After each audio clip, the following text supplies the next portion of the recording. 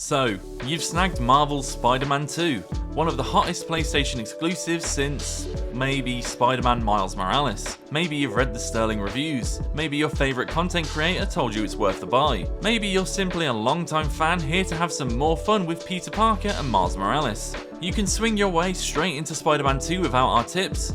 It's an easy enough game to get the hang of, but we hope you'll find the following suggestions worth the heads up, and the few extra moments before starting your new journey in New York City. Perhaps you'll fall in love with the hardest difficulty modes available. Perhaps you'll prefer things to be a little breezier, but no matter where you think you'll land, we advise you spend time familiarising yourself with the wide range of difficulty modifiers in Spider-Man 2, from the damage calculations to the slow motion dodging, to the more automated hop on the bad guy's car moments. This is the best way to get a feel for every main mechanic, because when the pressure is off you can try out different attacks and combos against run-of-the-mill thugs, so adjust it to your tastes before going forward with a story. We've all felt the push to blitz through great games, whether it's thanks to our busy lives, or simply because there's a never-ending slew of new games on the horizon. It's easy to rush through the best entries in the medium. Spider-Man 2 tends to reward patience, as the far greater amount of content in this deceptively titled threequel can take many hours to complete. It can be deceptive. The game often wants to keep the narrative momentum springing forward for you, but hang out for a while anyway. Every district in this gorgeously lit new spin on New York has at least half a dozen recurring optional objectives, and unlike with some open world games, it's generally worth doing it all. More gadgets, more skills, and occasionally, yes, even more great story beats all that awaits you if you're willing to get a real feel for our hero's home turf. Are you seriously telling me to play other games on this list of tips for this game? Yeah, we are. Because we just know that there'll be folks jumping into Spider-Man 2, and to be clear, that's hardly illegal. And sure, you'll get the basics between Miles' opening monologue and the relatively straightforward franchise lore to begin with, but both Spider-Man and the Miles Morales sequel are tremendous games worth experiencing in their own right. And yes, there are lots of little moments you will appreciate more in this game with a full knowledge of the story. Insomniac's been crafting an ongoing saga with their spin on this legendary IP, and while they've done an admirable job keeping newcomers up to speed, it's a bit like jumping into an oncoming comic run halfway. The switch-offs between Peter Parker and Miles Morales are a real treat, and maybe the biggest fresh trick in Spider-Man 2. The core web-slinging is there for both, and the kicks and punches aren't terribly far apart, but so much more is expressly unique to one playable character or another.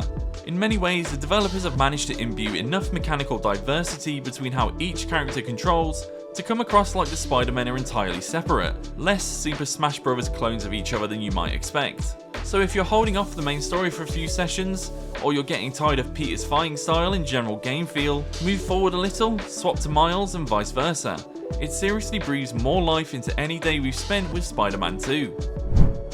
If you're adamantly unfond of the PlayStation 5 controller's haptic feedback, or worse, it affects you in some detrimental way, then obviously you can skip past this part. But if you're even a little bit into the nifty console feature, then crank things up to the highest setting, because Spider-Man 2 might just have some of the most impressive implementation of it we've seen. From the timed thrumming of subway trains, to the way Peter and Miles sort of slam softly into the cement on their way down from a glide, to the thrilling whooshes of swinging through the wind, there are some pretty darn convincing sensations in this game. We're not saying you need to play Spider-Man 2 to 100% completion, but definitely tackle a few district challenges every time you boot up the game for a couple of hours, because this is your biggest doorway into the kind of tokens you'll need to continue upgrading your suit tech at a better pace than if you played purely through the main story. In fact, we'd go so far as to say that Spider-Man 2's difficulty is deliberately tailored to the ideal that players will engage with at least a third of this stuff. Completing it all will keep you well ahead of the levels of abilities your Spider-Men will need in order to bring down the later stage bosses. However, you'll unlock the various forms of side content and collectibles over the course of the first half or so of the story, so don't expect to get anything done in the wee hours before Peter and Harry even hop on their bicycles for a few scenes, comb a district or two for the photo ops, and then come back when you've got access to a few more things. Rinse and repeat.